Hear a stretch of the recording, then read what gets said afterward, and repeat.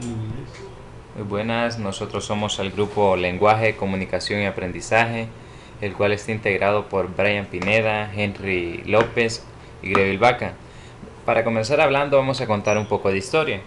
Dice de que el ser humano, desde su etapa primitiva, ha tenido la necesidad de comunicarse y para ello se ha ingeniado y creado diferentes formas y medios. Las señales de humo, los destellos enviados por espejos, las palomas mensajeras, los ruidos que imitaban el canto de los pájaros, reflejaban la búsqueda de soluciones para cubrir esa necesidad. Pero a medida que los grupos humanos ampliaban sus actividades de vida, de comercio, de guerra, de organizaciones gubernamentales, sus medios de comunicación se hacían más complejos.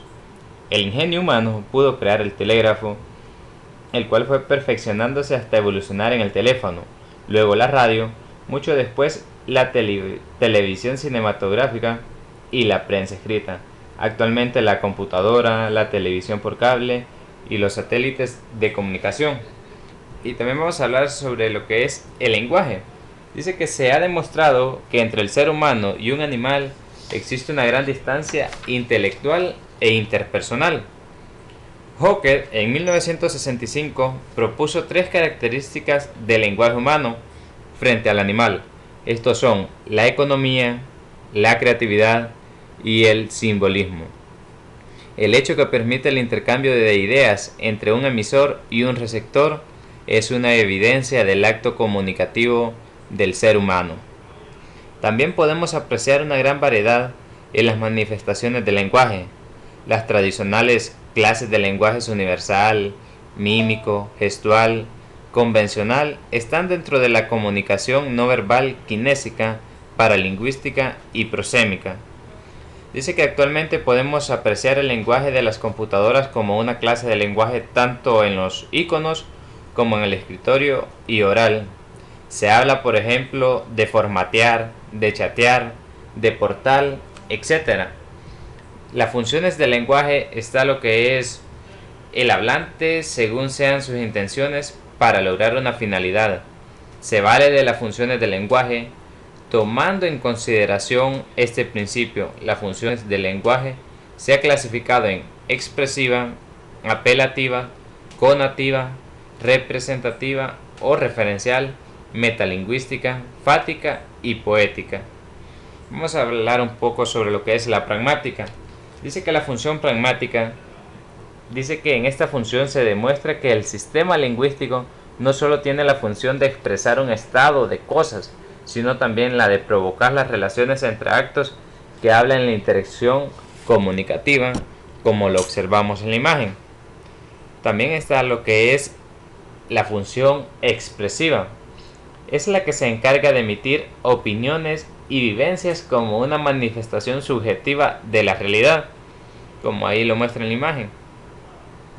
También está lo que es la función apelativa o conativa, que es la que requiere que los demás de además algún asunto, con preguntas, con ruegos, mandatos o exigencias, cuya finalidad es una exhortación. La función del lenguaje se dice que es la función apelativa. También tenemos lo que es la representativa o referencial. Es cuando la intención del hablante es informar y dar a conocer hechos y datos de la realidad. Es una comunicación objetiva. También está lo que nosotros podemos llamar la metalingüística, que es cuando se trata de explicar y aclarar conceptos e ideas relacionadas con conocimientos lingüísticos. Después tenemos lo que es la función fática, y es para iniciar, interrumpir o continuar una comunicación. Estamos ante esta función. Dice que los sonidos y palabras sin sentido pronunciados en cualquiera de estos momentos de un acto comunicativo solo sirven para indicar que se está presente y mantener abierto el canal de comunicación, como lo observamos en esa imagen. Después tenemos lo que es la poética. Es cuando estamos frente a un texto armónico por su forma, que refleja la sensibilidad de su autor en un estilo estético. Hablamos de que esa es una función poética. pero también para ello tenemos que hablar sobre la comunicación. Vamos a decir que la comunicación es un proceso interactivo e interpersonal. Es un proceso en cuanto se produce en etapas e interactivo e interpersonal porque ocurre entre personas y está compuesto por elementos que interactúan constantemente. La comunicación se puede explicar mejor si partimos de la consideración del proceso biosocial del ser humano. Así iniciamos este recorrido con las funciones de la memoria, tanto neurológicas como psicológicas, las cuales se producen en el sistema nervioso central.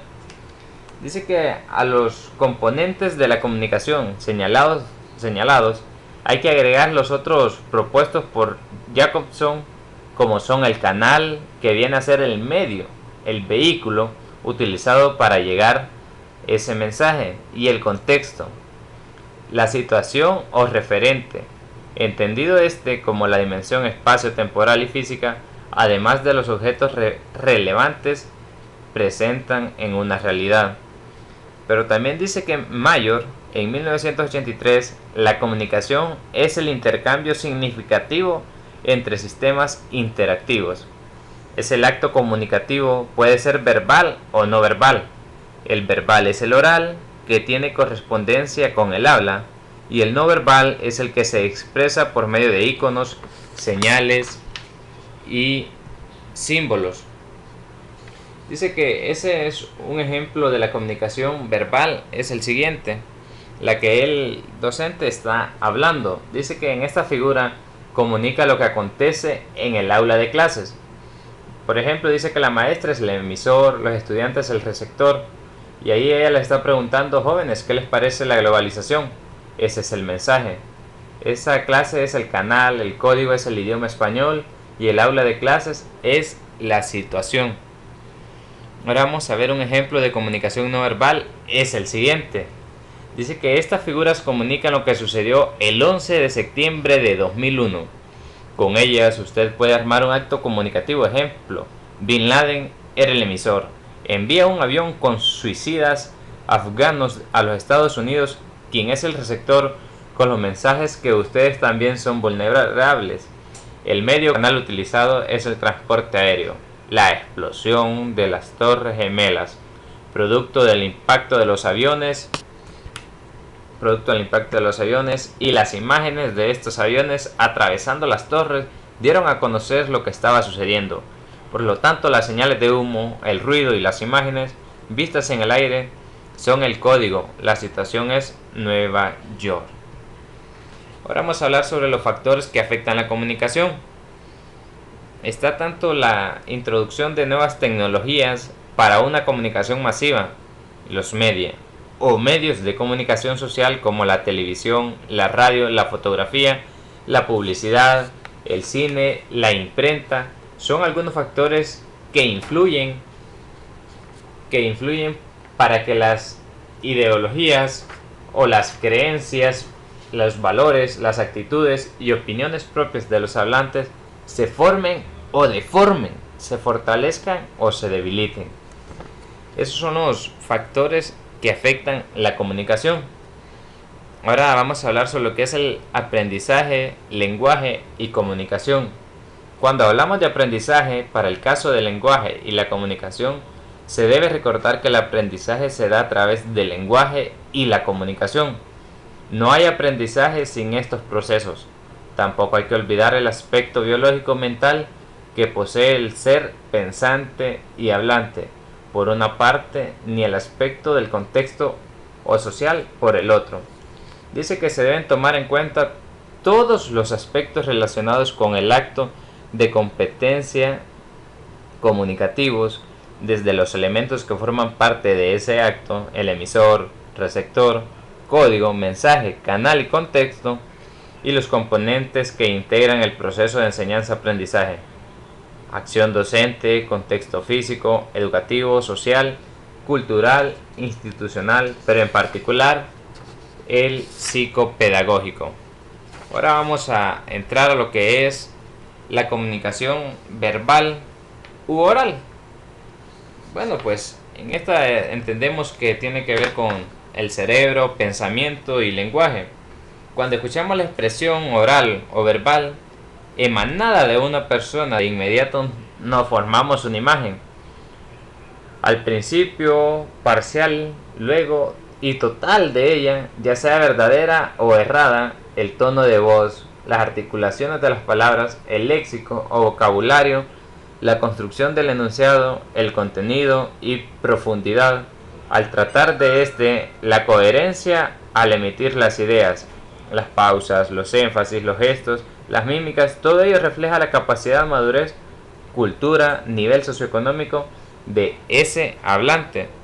Pero también tenemos que hablar sobre lo que es la adquisición de la primera lengua.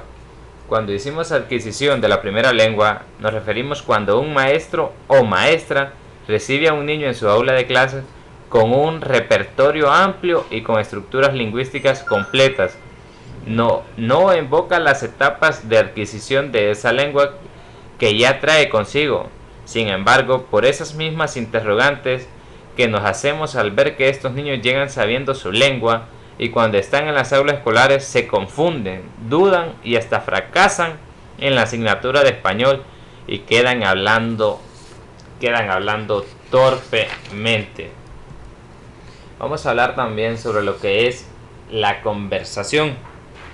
Dice que la conversación es el diálogo y la conversación se da en un mensaje verbal, que es la creación de significados en la mente del receptor, por lo tanto involucra la percepción e interpretación de alguna aseveración por parte de una persona o de un grupo. Es el acto comunicativo por excelencia. Está lo que es la conversación cotidiana, que a pesar de no exigir planeamiento previo, cantidad o clase de participantes, contexto determinado y función específica, sí debe tener reglas y una estructura interna, donde deben estar presentes el concepto de turnos, que se define como aquello que un hablante hace o dice durante una aportación interactiva continuada. Dice que en este proceso de intercambio de mensajes resulta interesante saber que ocurren dos procesos, además del saber escuchar, que ayudan al mejoramiento de la comunicación verbal. Estos son dar y recibir retroalimentación y utilizar abstracción adecuadamente. Nosotros entendemos por retroalimentación que es la verificación de la comprensión de mensajes suscitados entre el emisor y el receptor. También está lo que son algunos regionalismos, y entre ellos nosotros entendemos por regionalismos al aparato siguiente, correspondiente a los niveles del uso de la lengua. Por ser parte de un contexto, hemos decidido dedicarla un apartado. Dice que encontramos en el diccionario lingüística moderna la siguiente sección: los vocablos giros privativos de una región se llaman regionalismos, los cuales marcan la procedencia de su zona, pero no constituyen una variedad lingüística como los dialectos. O sea que entendemos que por regionalismo nos referimos a los que se marcan, a los cuales son marcados de cierta procedencia o de cierta zona, por decirlo, o de cierta ciudad. También tenemos lo que son los niveles del uso de la lengua y los registros. Como parte del contexto también tenemos los denominados niveles del uso de la lengua.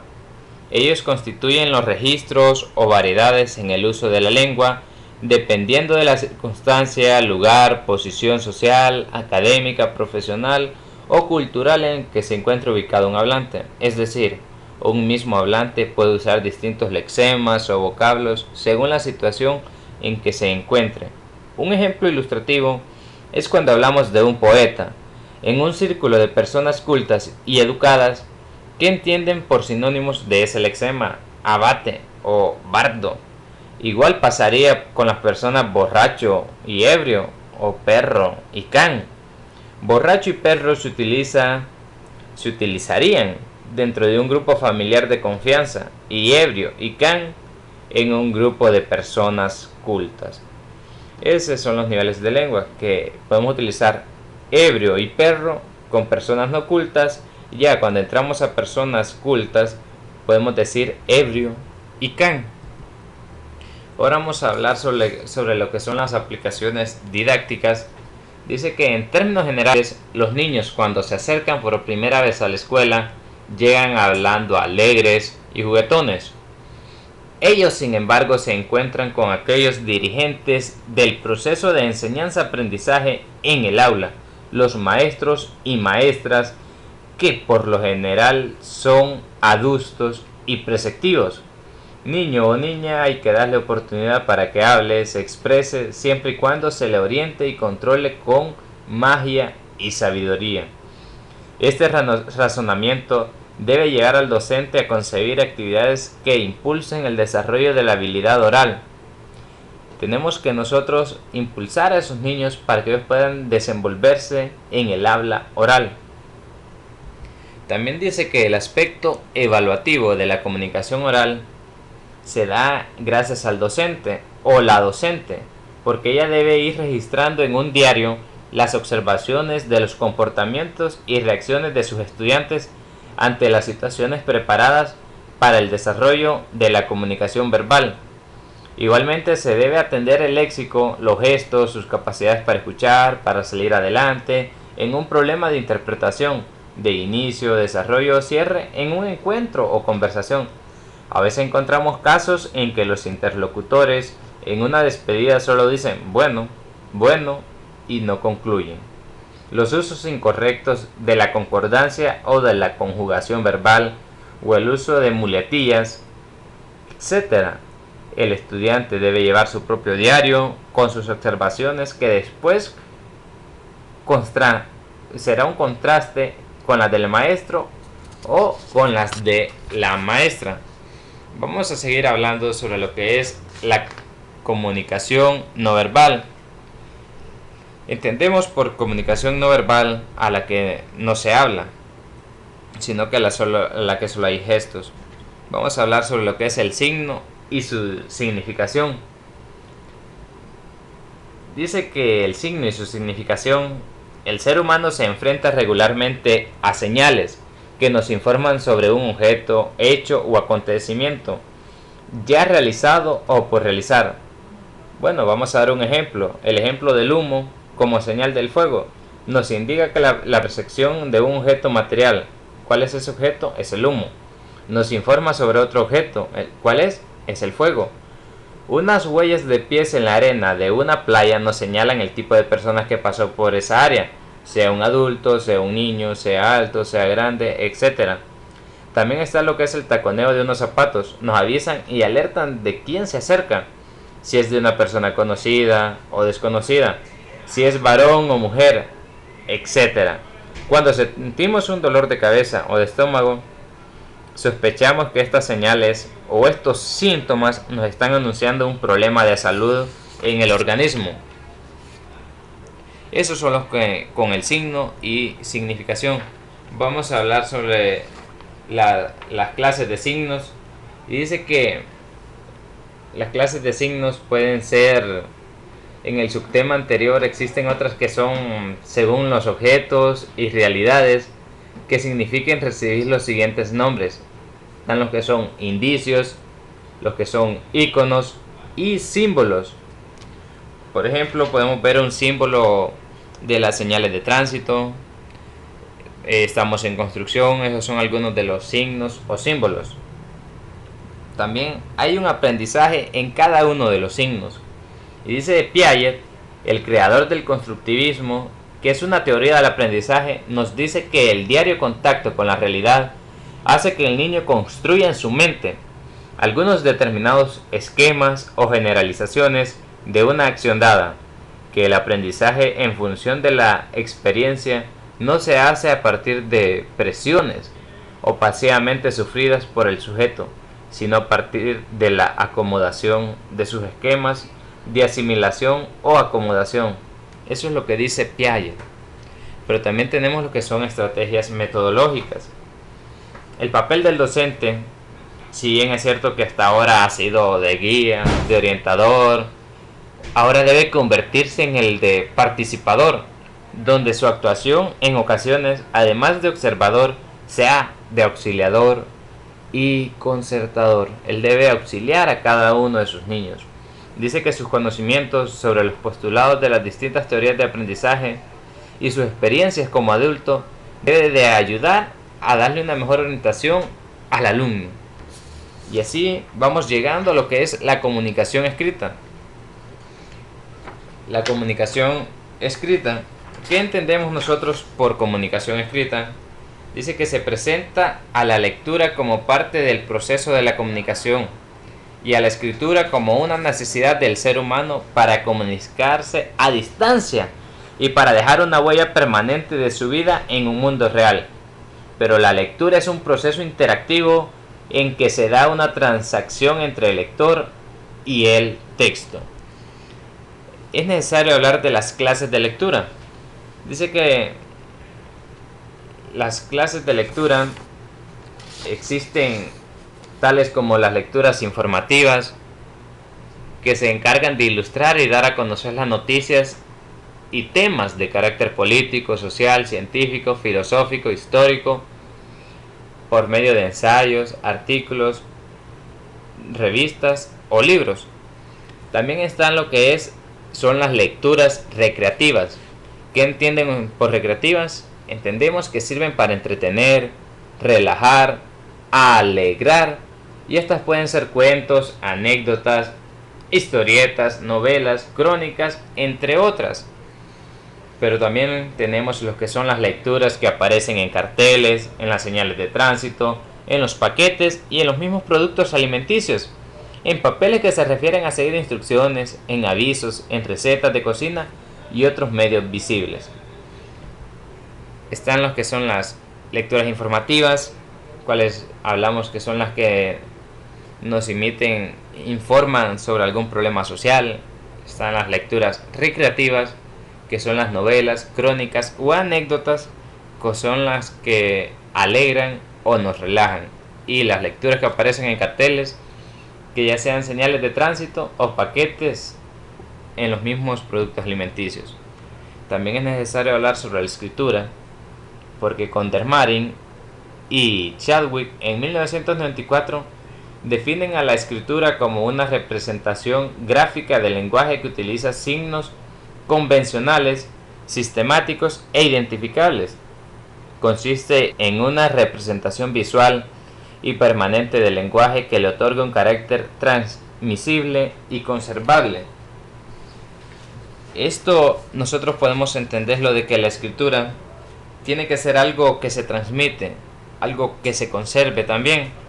Y entonces nosotros podemos llegar a la conclusión de que en este capítulo de lo que es lenguaje, comunicación y aprendizaje, es necesario que haya lenguaje, que haya comunicación tanto verbal o no verbal para que pueda haber un aprendizaje. Todos estos factores tienen que ir incluidos tanto en el maestro como en el alumno. Y esto ha sido todo de nuestra parte. Muchas gracias por su atención. Hasta la próxima.